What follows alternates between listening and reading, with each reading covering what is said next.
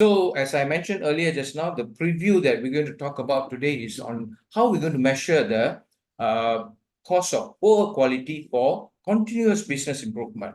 When we say business improvement, this program is not just confined to manufacturing, where they are producing physical products as well as delivering some form of services to their clients and customers. But this program actually can be extended out to any organization that is profit oriented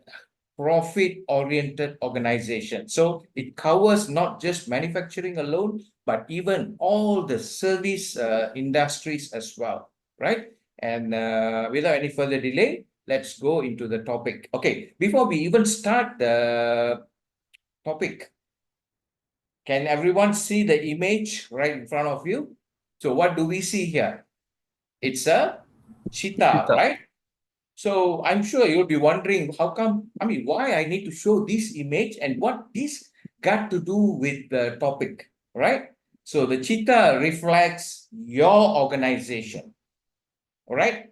So how you should prepare yourself to become cheetah within the industry that you are in, right? I'm sure in your industry there'll be a lot of competition. There will be a lot of competitors. So you'll be fighting day by day with your competitors to win the competition within the industry that you're operating in, right? So typically, what is this cheetah all about? I mean, how to relate the behavior, the characteristics of cheetah with your organization in total, right? First thing first is cheetah, one of their key characteristic is focus. That means they cannot be running around looking for, they're trying to grab everything within their reach. Instead of doing that and losing focus, they identify what is the target that they wanted to achieve, what are the indicators that they wanted to focus on, and then they will chase against the target, right? So that means stay focused in the operations that they are doing. That means you need to know what is important to you and what is not important to you. So for the time being, you just push the non-important things aside and focus on what really, or we call it, what are the significant aspect of your operations that you need to focus on, right? So that is very key thing. The next, agility, being agile in the industry. Agile means, another word for agility is you got to be aggressive in driving things. That means you got to have a competition, you have a competitor, so you got to be very aggressive against your competitors to show that you are better than them, right? So that's how you can ensure that you continuously win your competition, right? And as we all are well aware, cheetah is known for the speed. So how to get your speed? Because gone are the days that we rely a lot on your economies of scale. What I mean by economies of scale means we will try to build as much quantity of product or service so that we will try to reach the break-even point. Break-even point means the point where there's no loss, there's no gain. But once you start to continue to operate beyond the break-even point, then whatever that you're going to see is all your profit, right? But that is the old mindset. The new mindset is talking about economies of time. Everything, your organization is mainly by your customers and your competitors are measured you against the time. So you need to build up and gain the speed, required speed. It cannot be overspeeding as well as too slow within the industry that you're operating in. So you need to set your speed correctly so that you are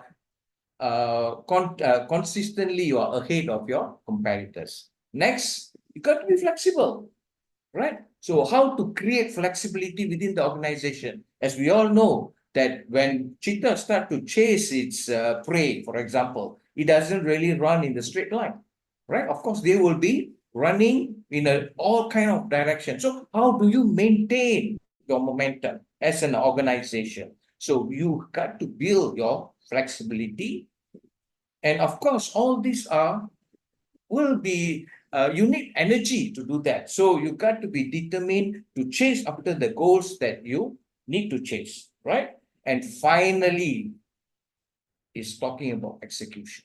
Of course, as an organization, you need to run operations, right? Of course, prior to run the operations or working on customer orders, you got to have the plan, right? And and you got to work according to the plan.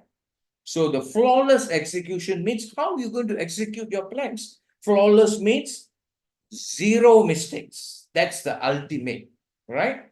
But of course, sometimes we do make mistakes. But so the challenge is how fast can you recover from those errors so that it doesn't get blown out of proportion.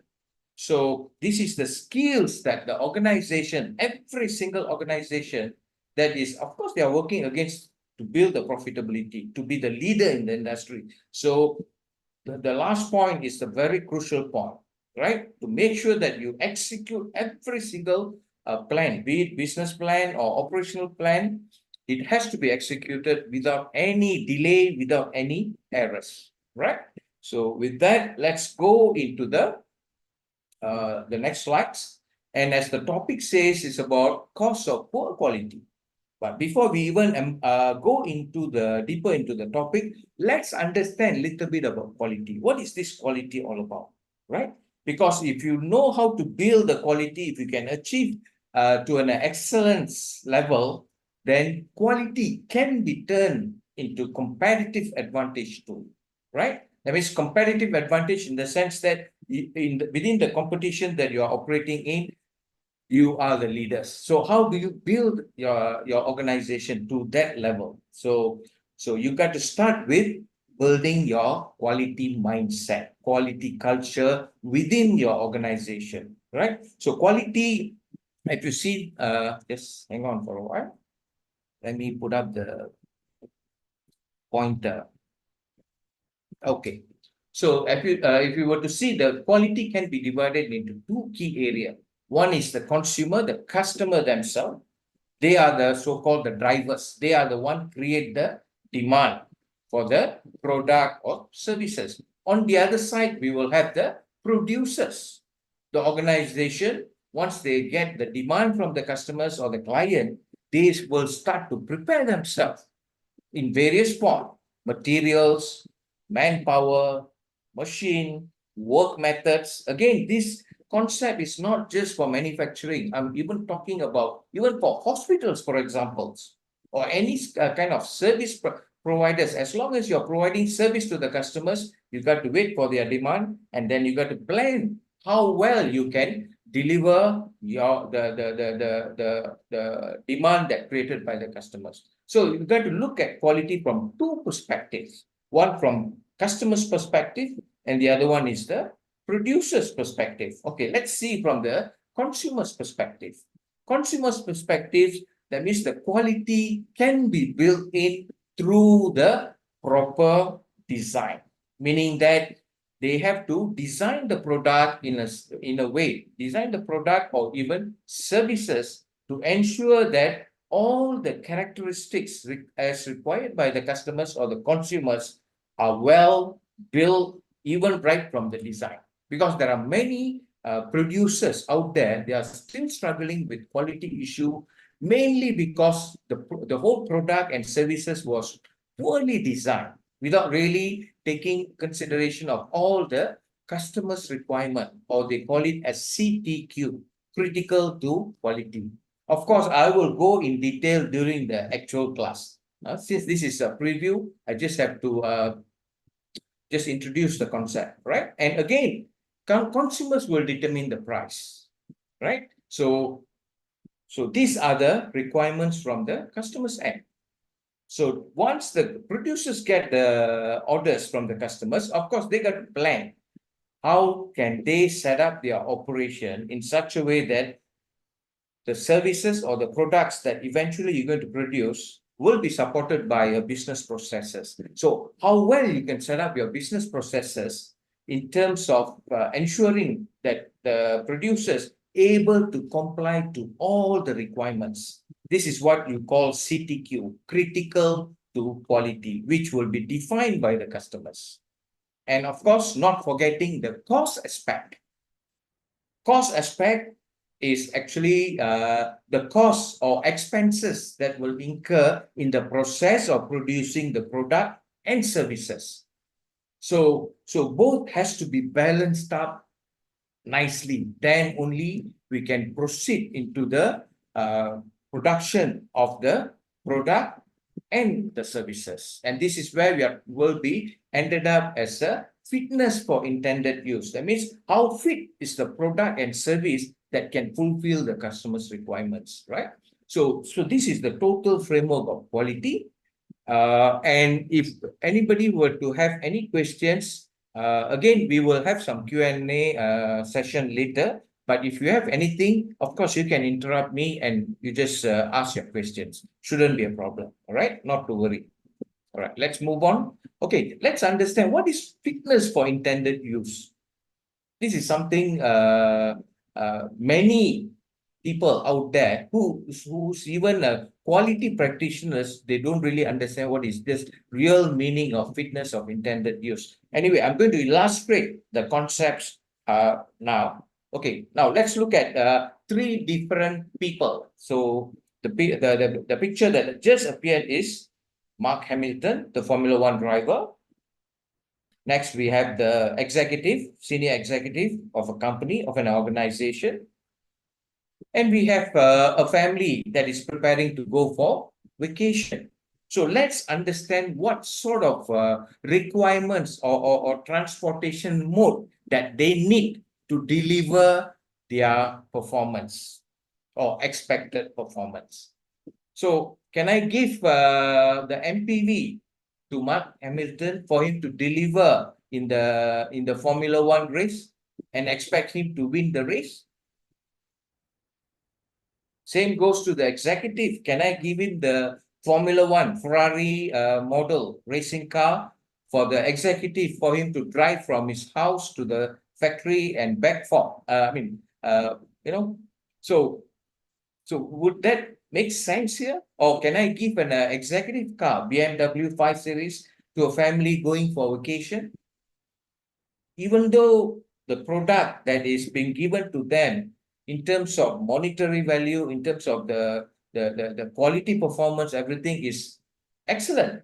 But the problem here is there is a mismatch in terms of what actually is the requirements. So like example, what actually the Formula One driver needed, what is actually is needed? He needs a car that can perform with the speed and performance, the efficiency of the engine, everything has to be considered. So the right product for the Formula One driver should be the racing car, the Ferrari, right? And similarly for the executive, what is his requirements? His requirements is status and image, because he's a senior management team member in that organization. So he needs something that carry status and image, right? Similarly, what the family is needed for them to go to the vacation comfortably, have a good time, for them to travel to the holiday destination. Of course, they need space and comfort. So if there's a mismatch, so this is where Joran is one of the quality guru. I've already mentioned that you can produce a premium quality product, but if it is not meeting the intended purpose of that product to that respective customers, then the quality becomes zero. I mean, there's no value in it, right? So this is what we call fitness for intended use. Yeah, it's important for us to understand what customer want, but we need to build a product or deliver a service that best fit to the intended purpose of that the service that is being required by the customers, right? So that's what you call fitness for intended use. And again, talking about quality perception, how do you build a quality? Because when you build the branding of your product, then You don't need a sales people to go and try to convince customer to change the competitor's product and then to your own company's product, right? That means how do you build that perception? How do you create that branding, the loyalty within your industry, the customers, right? Okay, the example that you're going to see, I'm sure all of you know very well about this symbol, double R, all right? What is this double R all about? The emblem of this particular product is this. It's Rolls-Royce, right?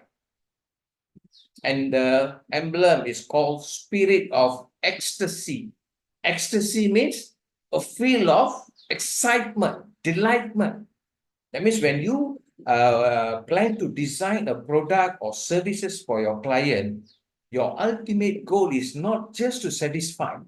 Because if you are only operating just to satisfy your customers, anytime your clients can, not client, your competitors can match that requirement, then the competition starts. When the competition starts, people don't look at the quality anymore. They will look at whose product is cheaper. So that will be even more challenging. Yes, you need to bring down your operating costs. But before even do that, build your quality reputation within the industry so that we can always have some kind of loyalty within your customer base, right? And of course, this particular product doesn't even need introduction, doesn't need to have marketing because the brand itself does all this, right? I'm sure in your view, what is so great about this product? Technology, yeah, people can say technology, comfort, luxury. But the question now is, can their competitors, can they copy that? Yes, obviously. As long as they can they can build the kind of resources, all right, their financial strength, they can match up with the Rolls-Royce. But what is actually differentiating Rolls-Royce from their nearest competitors is the branding, all right? That barrier will be difficult to break, difficult to penetrate, right? And of course, this is the other extreme of the topic that we're going to talk about. On the opposite side, yes, quality is important, but I also have to focus on the cost of doing the business, right? The process of creating quality within the product and service, there will be costs. So we need to watch that cost. So that is the real objective of this particular program. Because you want to build the quality reputation, yes, it is a very good strategy, but it will be very long term for you to achieve that. So you got to look at the other options on how well you can run your operation, how efficiently you can run your operations so that you can manage your costs and you can maintain your profitability. It's not just maintaining, but every organization want to grow the profitability, right? So of course, in the real class, we will be having a lot of discussion, interactive sessions to understand what is so special about this Rolls-Royce, right? Okay, let me move to the next slide. This is a very, very important slide because this will show the meaning of why the organization exists in first place. Why they open and run the operation, the organization. Why? What is the ultimate goal? Is to make profit. So now let's look at the profit equation. Profit equation is not just get the order, build the product, and then and convert the revenue into profit. No. Because along the way, you got to spend some money, right? Money to buy your capital expenditure, you get financial support to purchase materials, bring in the right talent of people, right? And equipments and so forth. So there will be a cost. So now, the real objective of your company shareholders, company owners, your management team is to grow the profit. That's the ultimate goal. So when you talk about growing the profit, you got two options. Option one is keep increasing revenue while maintaining your costs. That means you need to keep your costs remain, and then you keep getting in more customer orders. That's option one. And option two is, yeah, I don't want to touch anything on my revenue, but I will take a lot of effort to bring down the cost. So both options, if they work in the right way, can generate profit. But in terms of comparatively speaking, which option will be easy to achieve? Which is short term and which is longer term? Of course, to get in new customers, to penetrate new market, to build a new product service, all involve cost.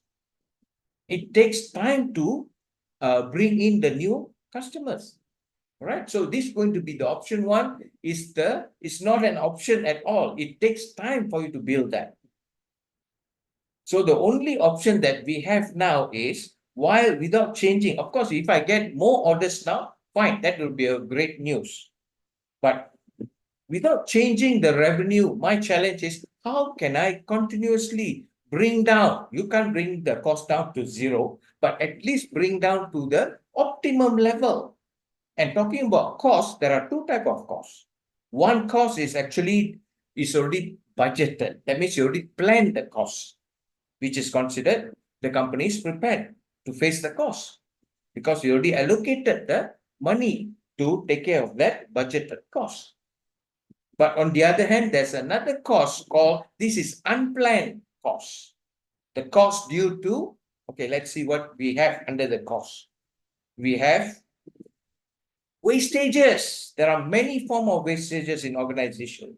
Just by sitting in the office or in the meeting room, we may not be able to observe this. So you got to walk into the Gemba and observe by yourself, right? And if those who are already in the lean journey, they know there are 7+1 waste. And if you want to explore into that, then you should be attending the training, right? Because I just want to talk in a very general manner because the time is limited. Waste, inefficiencies. When we say inefficiencies, because we already plan our resources. When we say resources, it talks about time, dollar sign, human manpower, we got machineries, we got materials. But if we overuse without producing a good quality product, or in other way, there is a mantra in quality, we call that as do it right first time and every time. That means do it right means I want to avoid completely making mistakes, errors while I execute my plan. So inefficiency, that means I overuse my what we call my resources. Execution errors, mistakes, right? It can be people, it can be your suppliers, right? There are many opportunities readily available for you to work on, right? Under this program. Repair, rework, worst case in some organization, they got to reprocess the entire batch of products or even repeat the whole process of generating the services. All this I would call redundancy. Redundancy means you are actually overusing your resources available to you. That's what we call redundancy there. Idling. Idling means the line, the operation area waiting for something to happen. Maybe they're waiting for material, maybe they are waiting for the manpower to be trained to move the person's skill to the next level so that he can do it right first time and every time. So all these you got to identify. The faster you can identify, the quicker you can start to see your cost of operating, unplanned costs will start to come down, right? And finally, we also have things, various form of problems like downtime, machine downtime, waiting for materials, right? Waiting for instructions that cause the delay. As I mentioned earlier, in today's world, we are in the economies of time. When we say economies of time is from the point customer drop the order and you confirm you're going to take the order until the time taken to deliver the particular product or services. the shorter the lead time, the better you will become, right? Because all the competitors, including your organization, are being measured against the time. So if you keep delaying for whatever reason, you're going to slowly lose business from your customers. And eventually, you got to downsize your organization or your operation size because unable to bear the very high operating costs. Right, so these are the costs. Approaching cost is actually is the short, anywhere between short to mid-term kind of solution. Of course, in the longer run, when you can remove all your inefficiency, wastages, your cost become very less, and by default, your process, your operations, your service, the quality is actually become better and better. So this is where we will start to see increase in the revenue in various forms. And one of the ultimate goal as a producer or service provider is how well we can create value for our customer. Value in terms of money, because they are paying the revenue for us when they get the purchase the service or product from us. In return, they are paying the service providers with the dollar sign. So how well we can create the value for them, or in other words, we call that as value proposition, right? And quality reputation, right? Of course, when we cut down errors, mistakes, when we address issues, not just working on the symptoms of the problem, but we get down to the root cause of the issue, of course, we are actually building a quality process that eventually will produce quality products as well as quality services. Ultimately, this is how your customers in the market that you are operating in will recognize, will put you separately because your quality reputation is high, right? And because of this, they're going to come back with more orders, right? Like you are able to penetrate the market, able to gain a new market, able to build a new products or service very successfully, and ultimately you can build your competitiveness. All right, so this should be your the goal that you should be going after, right, through this program. Okay, now we're going to understand. Again, I'm not going to go too detailed in this session because it's meant for to have a quick understanding what will be this training program will be covering, right? Of course, other than quality, now we're going to go into cost of quality, COQ. And one thing I want to emphasize here, many people out there, they misunderstand between the cost of quality and cost of poor quality. COQ and COPQ, they are two different things. When they misunderstood the concept, they are interchangeably they are using. They thought COPQ means, oh, cost of quality. No. Now let's look at the formula of cost of quality, how we derive the cost of quality. But first and foremost, let me explain what is this cost of quality. Cost of quality means whatever costs or expenses incur in the process of you realize your products and services, right from the order until the delivery of that to that particular customer. So whatever costs incur to generate a product or service that able to comply to the customer requirement is called cost of quality. So in total, what is the cost you're going to spend to deliver that product? So now the formula is cost of quality equals to the cost incurred to fulfill the customer quality requirement. That is called cost of quality conformance, or we call that as cost of COQC, cost of quality conformance. To meet the requirement, yes, you need to design the product, you need to design your process, you need to design or you need to use or purchase certain technology of process, right? So all these are the costs that are going to incur, right? Plus, this is where cost of poor quality. So cost of quality conformance is actually cost incurred to meet customer requirement. But cost of poor quality is not due to the customer, is due to the organization themselves. They did not execute the plan or the order in accordance to their customers' requirement. So end up, they have to repair, they have to rework. The worst of all is when they can't even repair, rework, or reprocess, end up you just have to scrap. Scrap is the biggest form of waste within your operation. So if you were to look at, let's say if you want to embark on this program, come in, learn in the training, and then go back and start to initiate some project, the first thing first is you look at how much money your organization is spending just to scrap material. Scrapping is the biggest waste because in that you have a material cost, you have labor cost, you have equipment cost, you have utility cost. So all these costs is already inside there and end up, we cannot even, it's not a sellable item. You just have to scrap it, write it off. And this is where many organizations, not only manufacturing, even service providers, they also have various form of scrap. So if you were to put priority, put scrap related issues as your top priority to work on, right?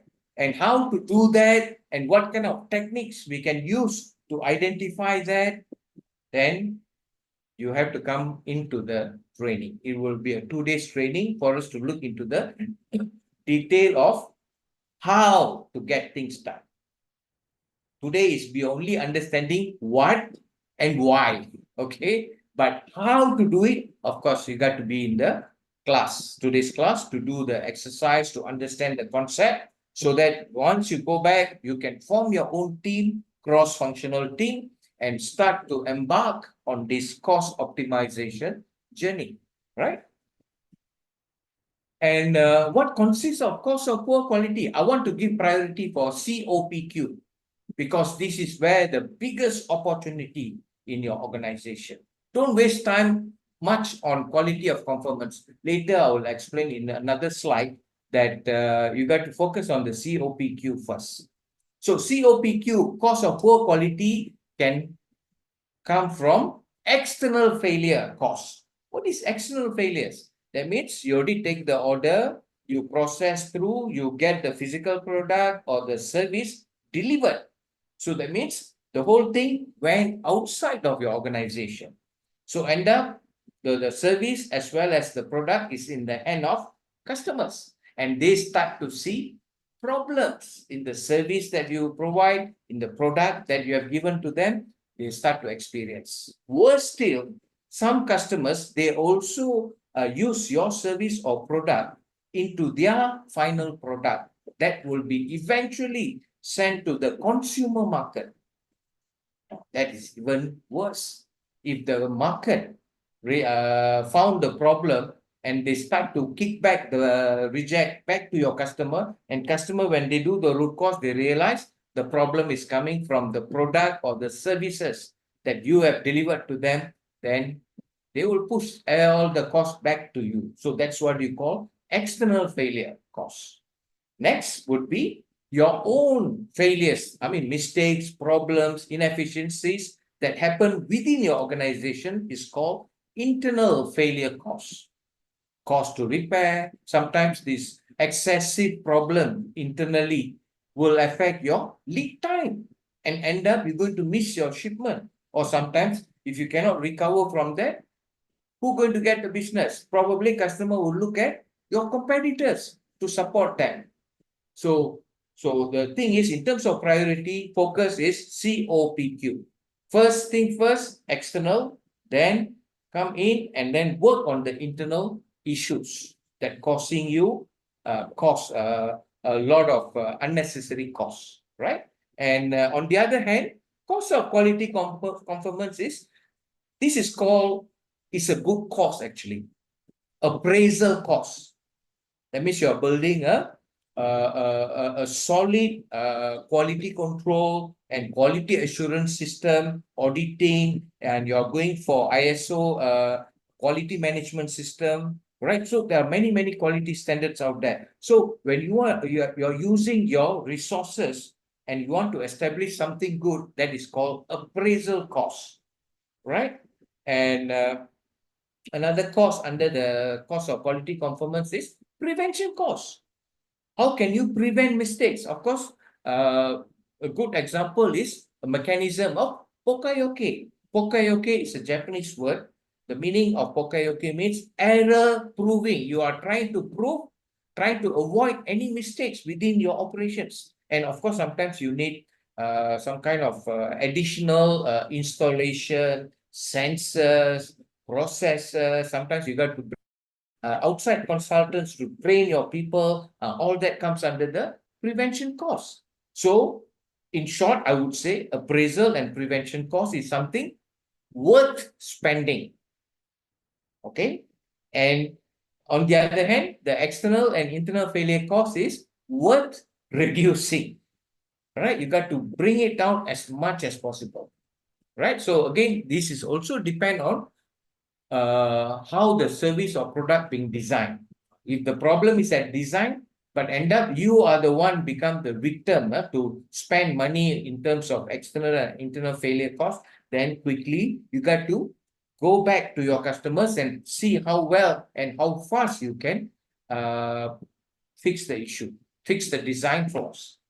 Okay, design flaws is one possible cause. Other than that, the rest all comes under the roof of your organization. And that's where we're going to learn in the class 5M 1E. 5M 1E is the input for your process. So how do you build a more robust, consistent, and stable process so that you can see a consistent and stable quality at the product and service level? So what is 5M 1E? So you want to know more? So you know what is the answer, right? You got to come to the class and understand further, right? Of course, I'm not just going in the class. This whole program is not just meant for manufacturing. Yeah? Please take note. I'm sure there are people attending this preview. Actually, they are coming from service-oriented industry. Fine. That means we have to use the same concept, but in a different form, 5M, 1E. Okay? All right. And now, just now we learned the profit equation and the formula of CoQ. Now, this program will help you to connect both equations. The first equation is this: profit equals to revenue minus cost. And the second equation is cost equals to cost of quality conformance plus cost of poor quality. Now, how these two equations are related?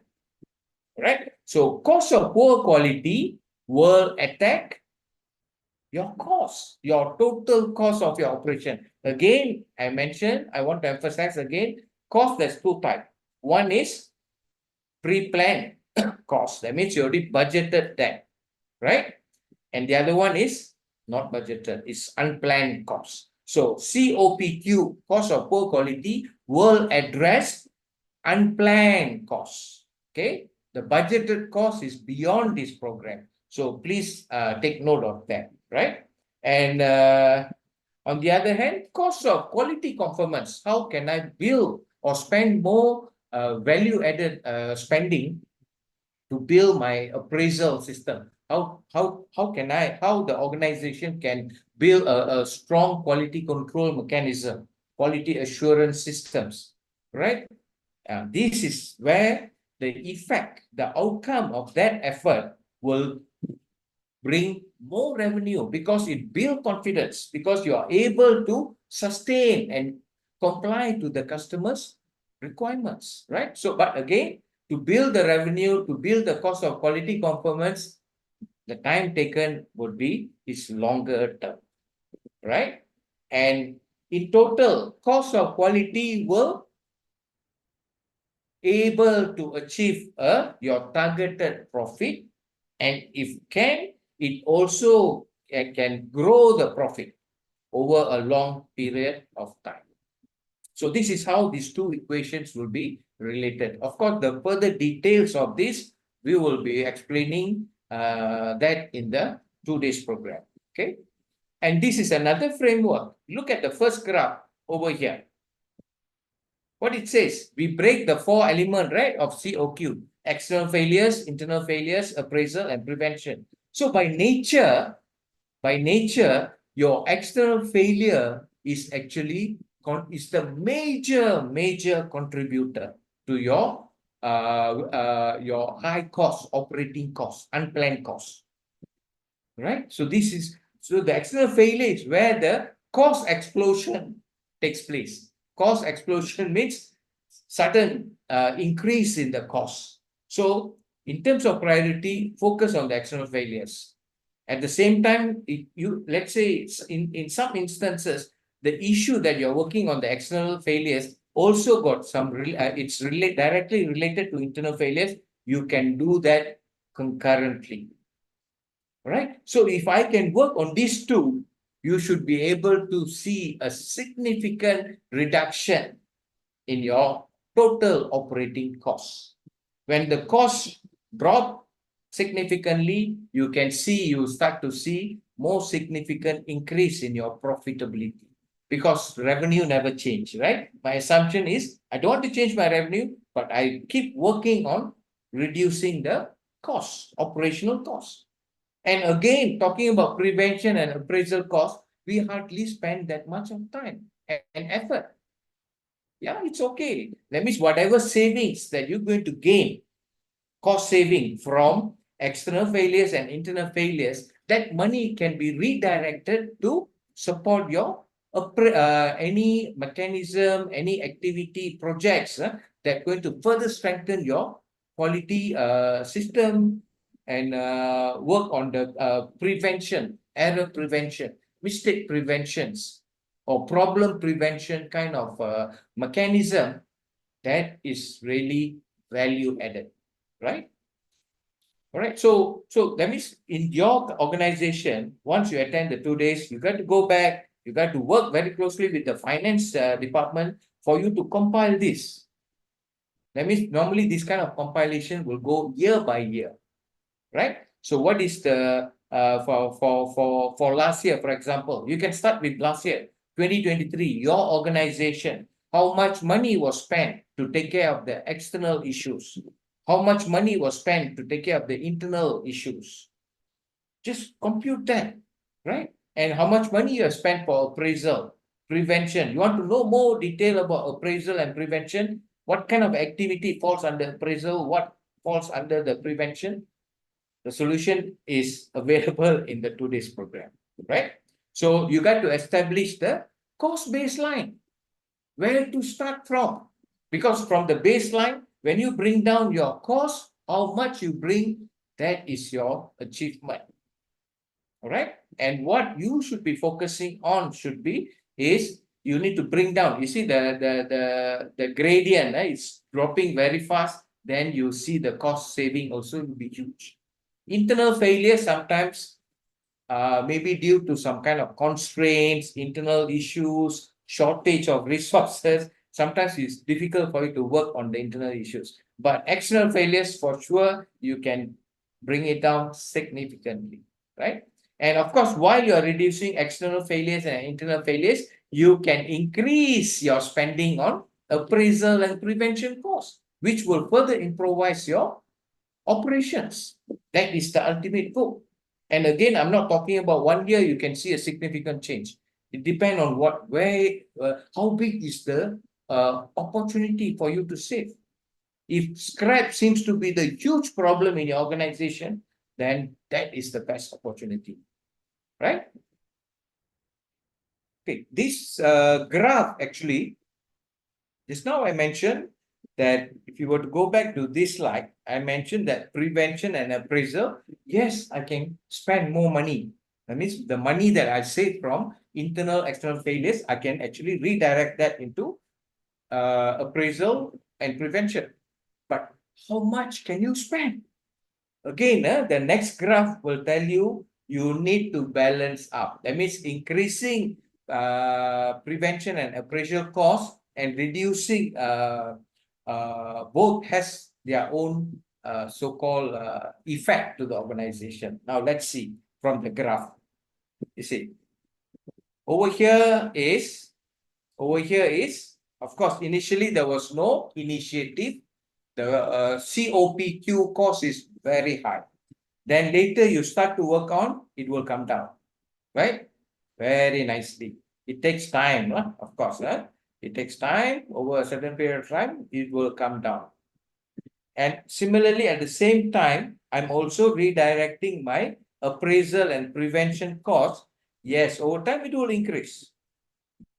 But if you continue to do that without any kind of finding the balance, it's going to go up again as well. So in total, your cost will come down nicely to the optimum level, then it goes up again. Why? This time I don't have, I have less internal, external issues, but my cost that I'm spending on appraisal and prevention is getting higher. So you must know when to stop. So the point that you need to stop is the optimum level is here. That means you can actually quantify that. Of course, when you work with your real numbers, with your finance department, of course, you can't be discussing this in a public program. Public program, yes, we can talk about things in general, techniques, details, right?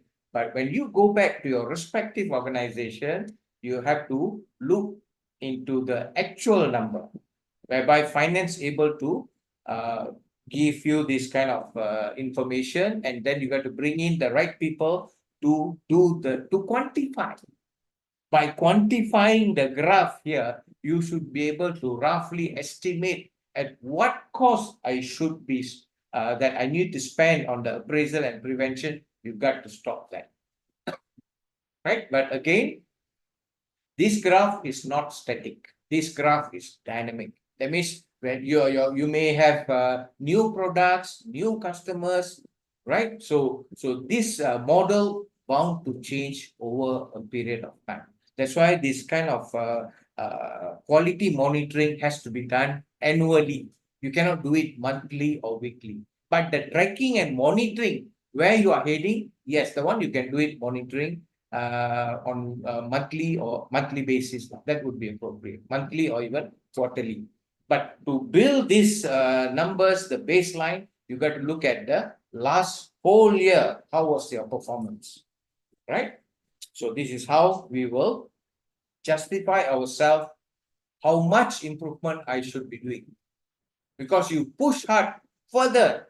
Because when you try to further bring down the internal external failure, you need prevention appraisal costs, right? To go up. So you got to stop, because net, you're going to have total cost going up again. So you must know where exactly to stop for that year. Then the next year, you got to see if there's any change in the landscape of the business. Let's say you have a new huge business now. Let's say you already top up another 20-30%. Of course, this graph, you got to redo that again. Okay. And hidden factory. Hidden factory means, again, people from, what do you call that, hospitals or service-oriented. Yeah, don't get me wrong here. The factory here is actually its operation. Okay, what is hidden? When you produce physical product, yeah, it's factory. When you're producing just purely service, yeah, both organization have that so-called the hidden redundancy. The word hidden here is the issues that you need to resolve. Because every organization, in order for them to produce service or even physical product, they have to have steps of processes. So in this case, we let's say it has step 1 until I didn't put what is the last step. It can be long, it can be short, doesn't matter. But step 1 itself already have a problem created. When you already created the problem upstream, if you don't catch the problem, you let the problem to flow down to the mid or even back end of your process, and later it was detected somewhere down line, then the cost going to incur for you to fix the problem. The faster you can find, the cheaper the cost to fix. Imagine the problem that you have created in the first process somehow was not detected in any of your internal process, but it went out to the customer. Now, customer detect. That will become external failures. So today you have to go back and look at your numbers. How big is your external cost that failures that you are spending money to fix it? That should be our first priority. And it's not only loss of dollar sign. Take note, the more customer found quality issue in your product and services, that means your reputation is on stake, is on risk. That means if you don't fix it, eventually you're going to lose business. That means once you lose business, that means your hit will be in the form of, in the equation formula, is the revenue will get hit. And your, again, the effect of that, the outcome of that, your profit will get hit. Right? So we don't want that to happen. Right? So the more inefficiencies, like here, workaround, they call this as a workaround. Workaround means they cannot process right away, but they got to go outside somewhere within your operations to get the thing fixed. That this includes also in the hospitals where there are documentations, there's some error, there's some execution issues. So you can't really proceed further to the next process. It has to be going somewhere else offline to get it fixed before they can continue the process. By going through the workaround process, obviously you are over here delaying your processing time.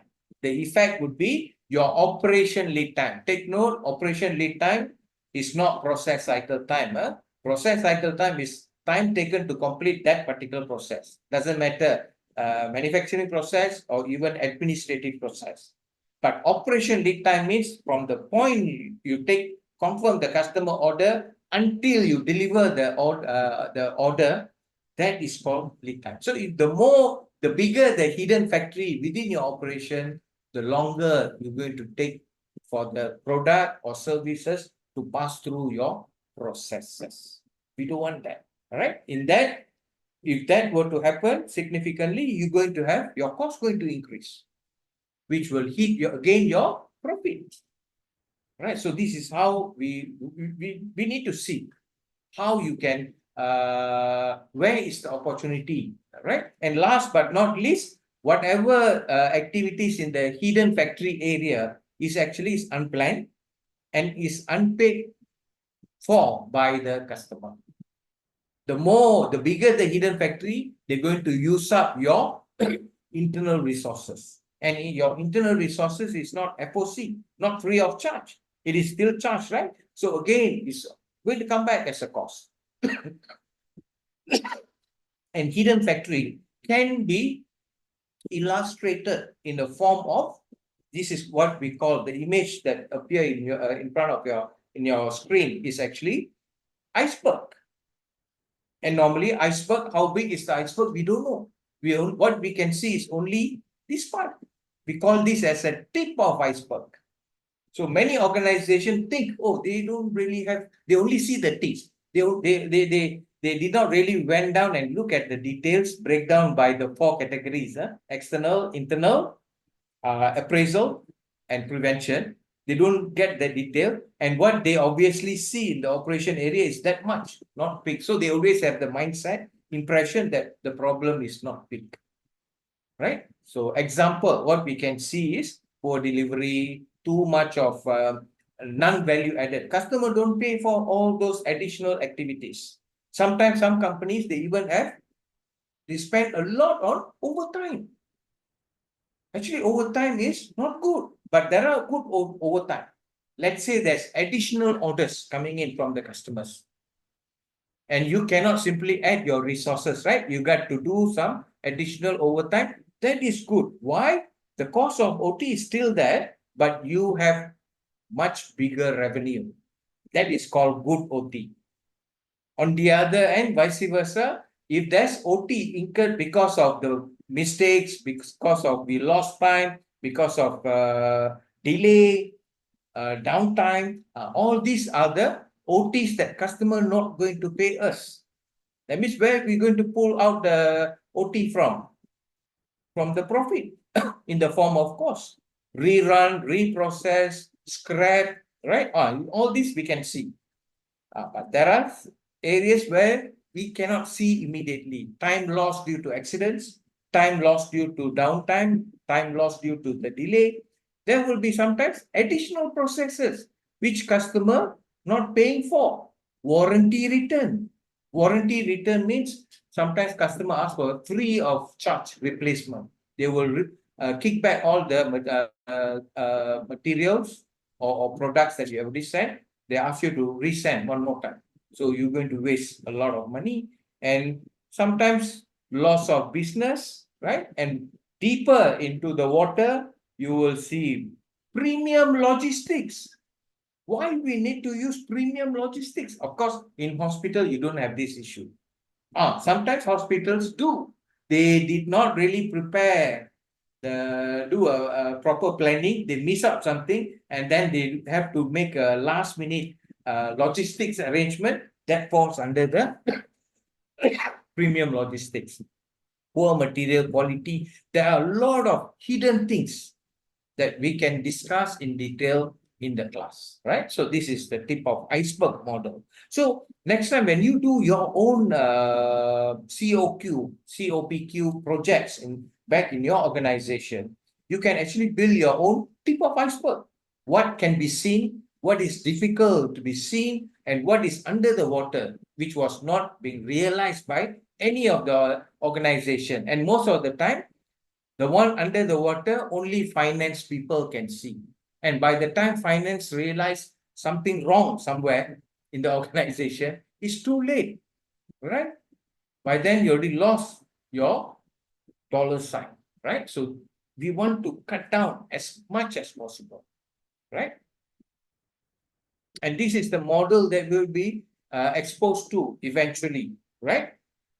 We call this as ABC, two-dimensional ABC. Two-dimension means they're looking at the process view, what are the process you are doing in order to produce the product or the service. And we are also looking at the cost for the resources required, manpower, utility, equipment, or whatever cost that's going to incur to run the process. That would be from the cost point of view, right? Going back to the activities and cost objective. You already have your budgeted numbers. Are you meeting your budget or not? Sometimes it will overshoot. So you got to find what is the root cause of the issue. From process overview, we can see where is the inefficiency, where we are doing a lot of reprocessing, where we are scrapping, all right? And what sort of KPI you should put in place? Indicators, right? And ABC stands for activity-based costing. So you got to understand your costing model in your organization and how that going to help you to supplement your CoPQ improvement projects. Because finance and the team that the operation team that going to take up this project has to work hand in hand, right? So this model will be very helpful. And I did mention about KPI, key performance indicator. Okay, here I wanted to differentiate because many people, they select indicators from a process, but there are two types of indicators. One, we call this as leading indicators. One is called lagging indicators. So if you go and measure lagging indicators, you practically you can't control anything. You only can monitor only whether things are going in the right direction or wrong direction. But if let's say they're going in the wrong direction, you can't really tighten the lagging indicators, right? Okay, why I say that? Okay, let's see this. Process. Believe me, this is not for manufacturing alone. This is for every organization. In order for them to produce their product or service, they must have process. whether is it going to be a production process, whether you're going to have administrative process, like service-oriented organization, they will have administrative process. Not only one or two, but there will be a series of process that they have to go through before they can complete the service and deliver that to the client, right? So we just take one part of the process. Process is a black box, right? A process, the characteristic of a process is both must have, all the process must have input and output. Whatever goes into the process must come out, right? The input is called X, or we call it independent variable. That means X can take any value. Can be high, can be low, any value. So X, we call this as independent variable. Variable means a data that can be measured, right? And you get a numerical result, measurement result, right? So X is called what we call independent variable. But Y is called, okay, Y is equal to F bracket X, means Y, the output of Y is actually dependent on the X. It's a function of X. So therefore, the output you cannot control. So Y is called dependent variable. X is independent variable, can take any value, but Y cannot take any independent value, but the value of Y is practically controlled by X. If you want to get a good output as Y, then you got to control your X. So what is coming in as an input of any process? This is where just now I mentioned about 5 and 1. If you want to explore into that, then you should know what to do after this session. Okay. All right. So X is called lead measure. Y is called lag measure. That means lead means they will go first. Lag means they will follow. If you were to look at this formula, X is leading, Y is following. So that's why we call Y as lagging measure and leading measure. So if you want to control something or predict something on the output, the focus is you need to identify input variable of that process. Okay, it can be many factors, which I don't want to explore right now, but I leave this to you to make a decision whether you want to attend the training or not, right? So lead measure is something that you can control, controllable, and you can be able to predict. It's predictable. When you predict X, when you tighten the let's say the tolerance of X, your Y become tighter. Right? That's how you can manipulate your Y. Right?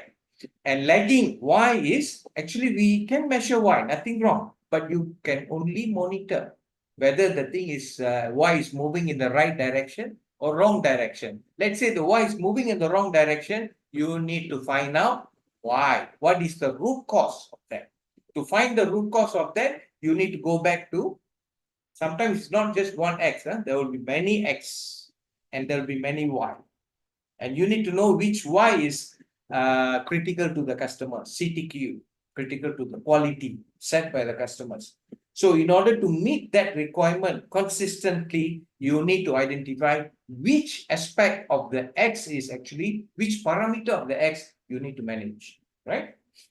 So to illustrate this, of course, lagging to get the required output is something like lifting a very heavy rock. You can't lift the rock because it's heavy. But to do that, you got to have a lever, right? And you need to have a fulcrum here, and you just have to press it down. And what is the influenceable indicator is your lead indicators. So when you want to identify indicators, yeah, it's fine to identify Y as indicator, but you also have to identify the respective X indicators as well.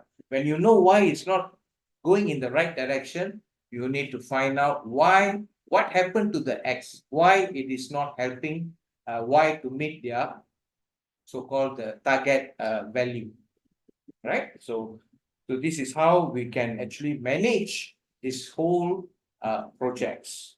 Okay. All right. So this is where we are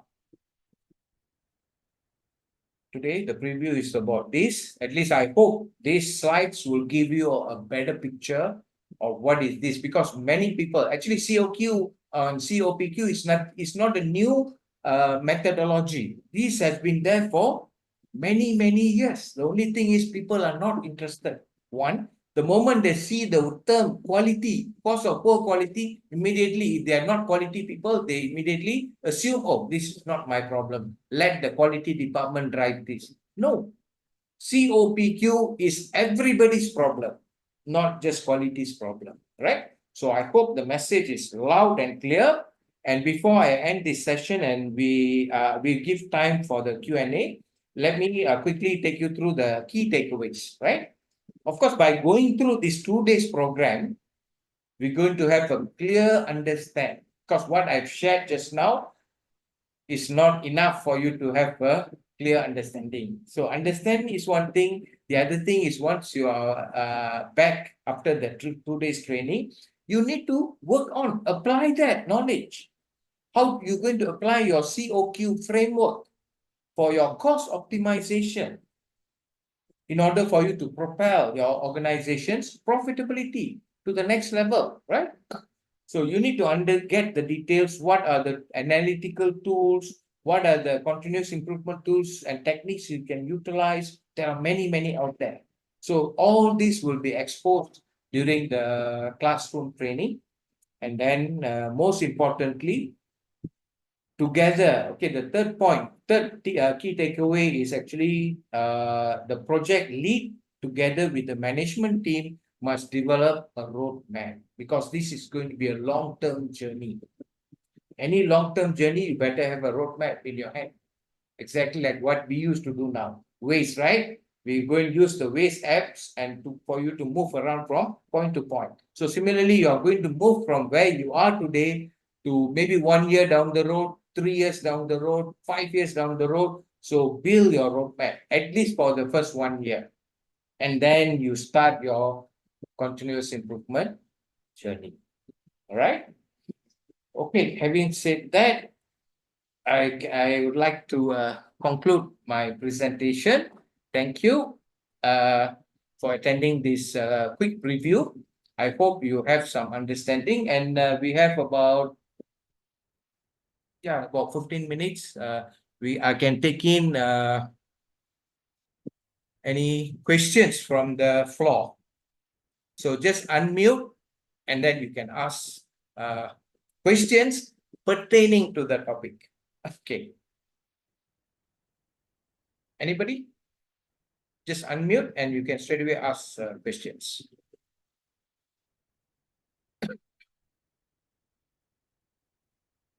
Anything that you are not sure, or did I explain too fast for you? You can ask, please.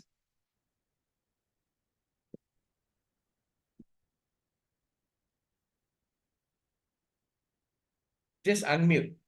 You need to unmute. Then only I can hear what you are saying.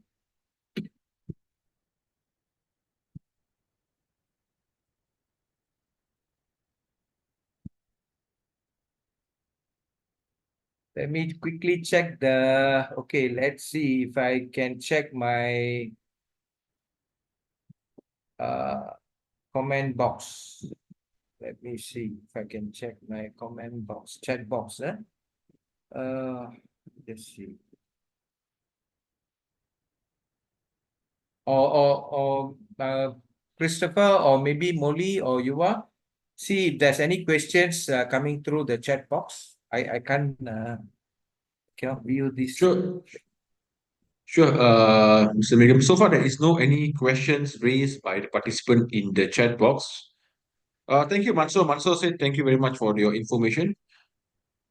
Okay, those who are not able to verbalize your question, you can actually use the chat box. Then I can raise those questions to Mr. Megam. Yeah. Don't hesitate.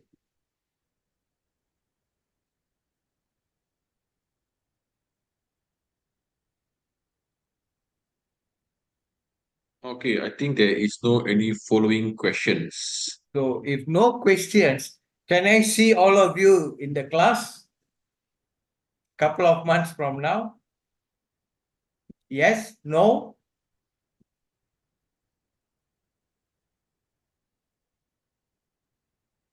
All right, my dear friend, this is the moment where you can actually ask if there's any concerns that you have at the workplace or any improvement, pain points that you are struggling or your employees are facing. This is the right moment. So please feel free, yeah. So because we have only another 10 more minutes before we close up the session for today. So feel free to raise some important question or maybe any questions in regards to the topic. Even you can ask in Bahasa. I don't mind. I can take the question. No issue.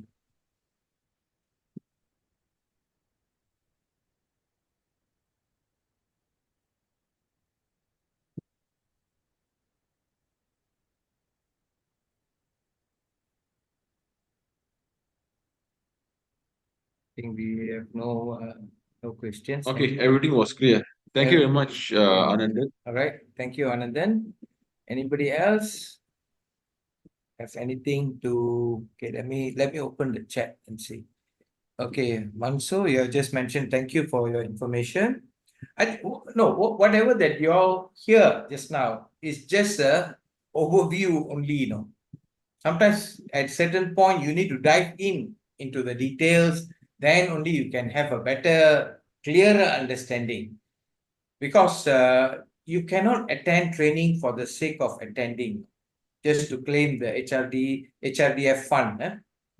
It is about how the knowledge that you gain in the training, by right, it should be utilized in the form of how you're going to apply, how you're going to improvise your process, your operations, how well. In fact, through CoPQ, do you know that you can directly influence your customer scorecard? Customer scorecard is your heart of your operation now. If the heart stop, finish, everything is done.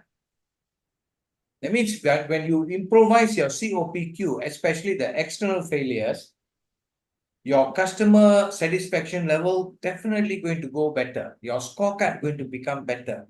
When customers see the score is getting better and better, they're going to have more confidence in you, right? And that's how you build your reputation. As I mentioned earlier, revenue difficult for you to change. I know everybody want to keep increasing the revenue. They wish lah, but it's only a wish.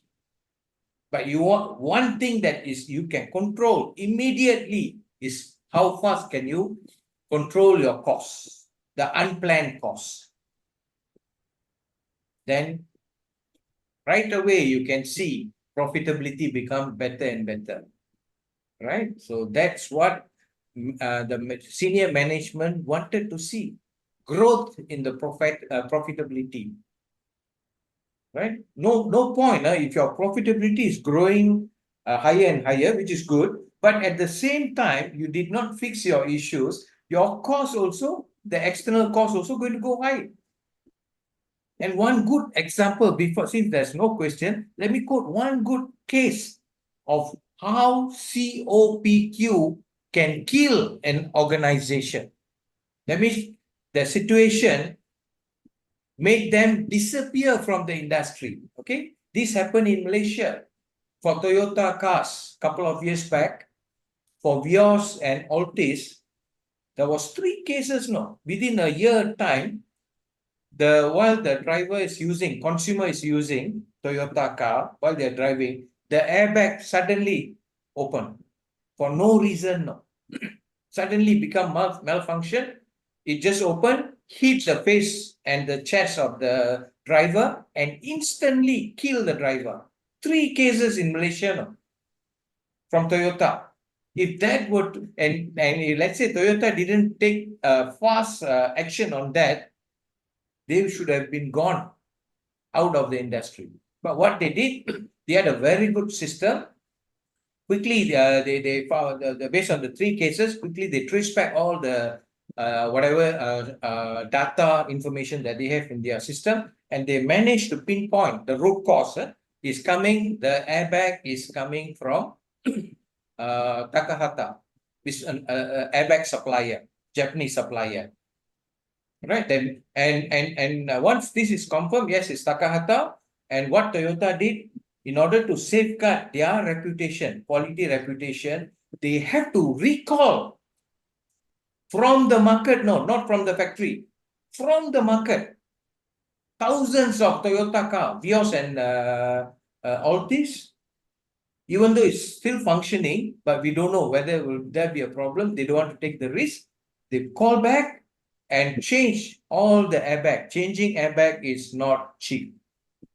Not cheap. So the cost to change that actually taken by who? Not by Toyota, by their supplier, Takahata. After that, so Takahata have to pay millions. So Takahata should have done the root cause analysis in their operation, and probably one of their 5M1E must be the root cause. It can be human error. It can be a material quality is not good. So they fail to manage their suppliers. So end up, Takahata have to take out the money. And where is Takahata today? They are no longer in the automotive supply chain. Done. See, CoPQ can make a company to become a great company. At the same time, vice versa, it can kill that organization. So this is the effect, right? So you are in the right class today for you to understand, for you to go through this program and then learn to identify where is the leakages, where your company is bleeding cost-wise, and find what is the root cause, take corrective action. That, right? So, okay, so we have, who's that? I think I will ask one question.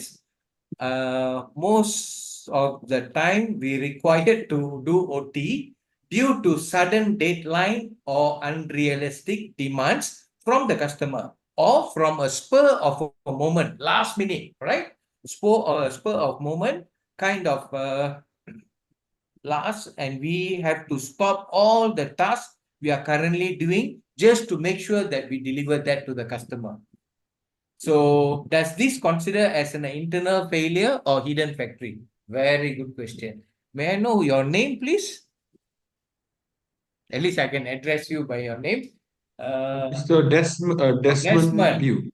Thank you, Desmond. Thank you so much. Very, very relevant.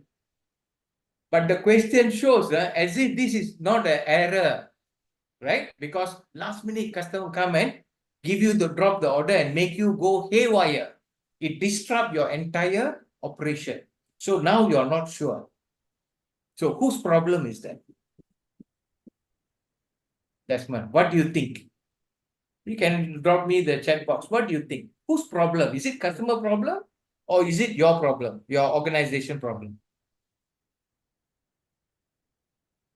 Who do you think? Maybe the organization problem. Why you said maybe? It is the organization problem. You see, now in the relationship of customer and client, the producer. You are the producer, customer is the consumer, right? And of course, the order is coming from the customer. But if we fail to manage the customer, like in this case, if you allow them to drop the order last minute or suddenly just walk into your operation and say, I want this to be what they call expedited.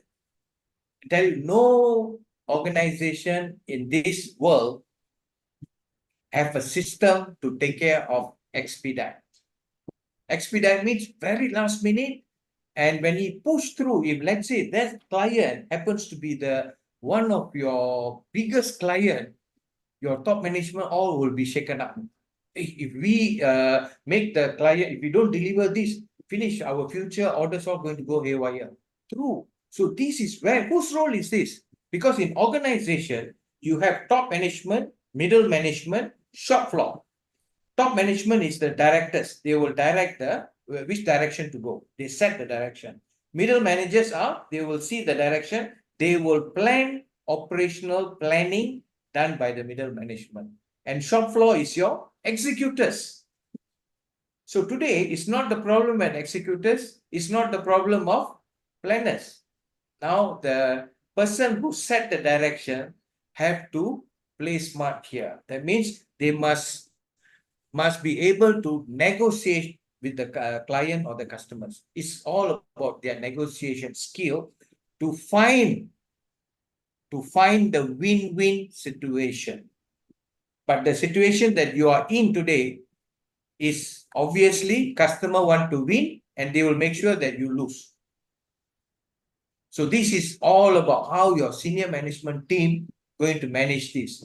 So you actually, the producer actually is called the driver. The driver. That means, yeah, the order coming from the customer, but you set the rules because you are the one producing the product and services, right? You have your system, you have your manufacturing process, everything, you have everything in place, including planning, how well the planners coming in, taking the orders, how they plan the resources, everything is within your control.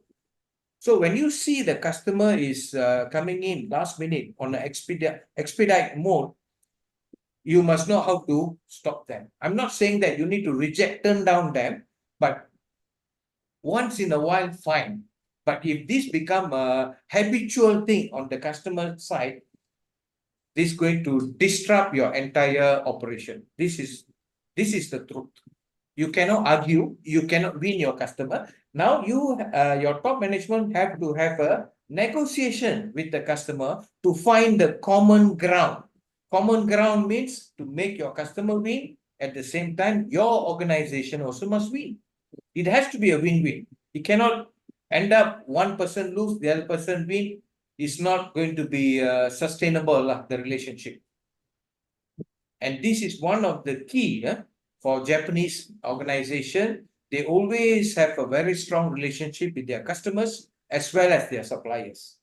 They manage their supply chain very well.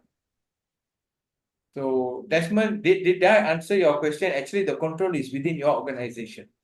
Like I used to experience that. I used to be in EMS, electronic manufacturing services, and they used to do this. We already convert the line for another model. Suddenly, this guy dropped the order and tried to push through. So it disrupt, it caused haywire. They are not only causing problem for themselves, they are also disrupting my business with other customers as well. So end of the day, we sit down with our customers. Of course, middle managers cannot directly go to the customers on business term to discuss business, negotiate. We have to leave it to the plant management team to go and negotiate. And finally, they agree. We explain to them. We explain to them because the effect of that particular situation is not only going to kill the producer, but in return, it's going to kill the customer themselves. Because if the producer is a reliable producer, but you are creating havoc in their system, eventually the customer themselves also asking for trouble. So somehow they finally they agreed. We asked for 72 hours to log the changes. They didn't agree, fine. Finally, they agreed with 24 hours. 24 hours is good enough for the operation team to react for the changes. But in your case, is it 24 hours or even, I believe it's very last minute. The way you wrote your message just now, Desmond, I think it's very, very last minute. So it's difficult for you to manage. No matter how well you have a system, process and control, your people capability, but last minute things, nobody in this world can deliver the expected results. So somehow rather we need to put a stop for this. Because we need to convince the customer, look, yeah, you're going to disrupt my operation, but in return, when my operation get disrupted, all this will affect you as well. So end up you're going to become, you thought it's going to be win-lose on your end, but end up it's going to be lose-lose for longer term. So I hope I answer your question, Desmond.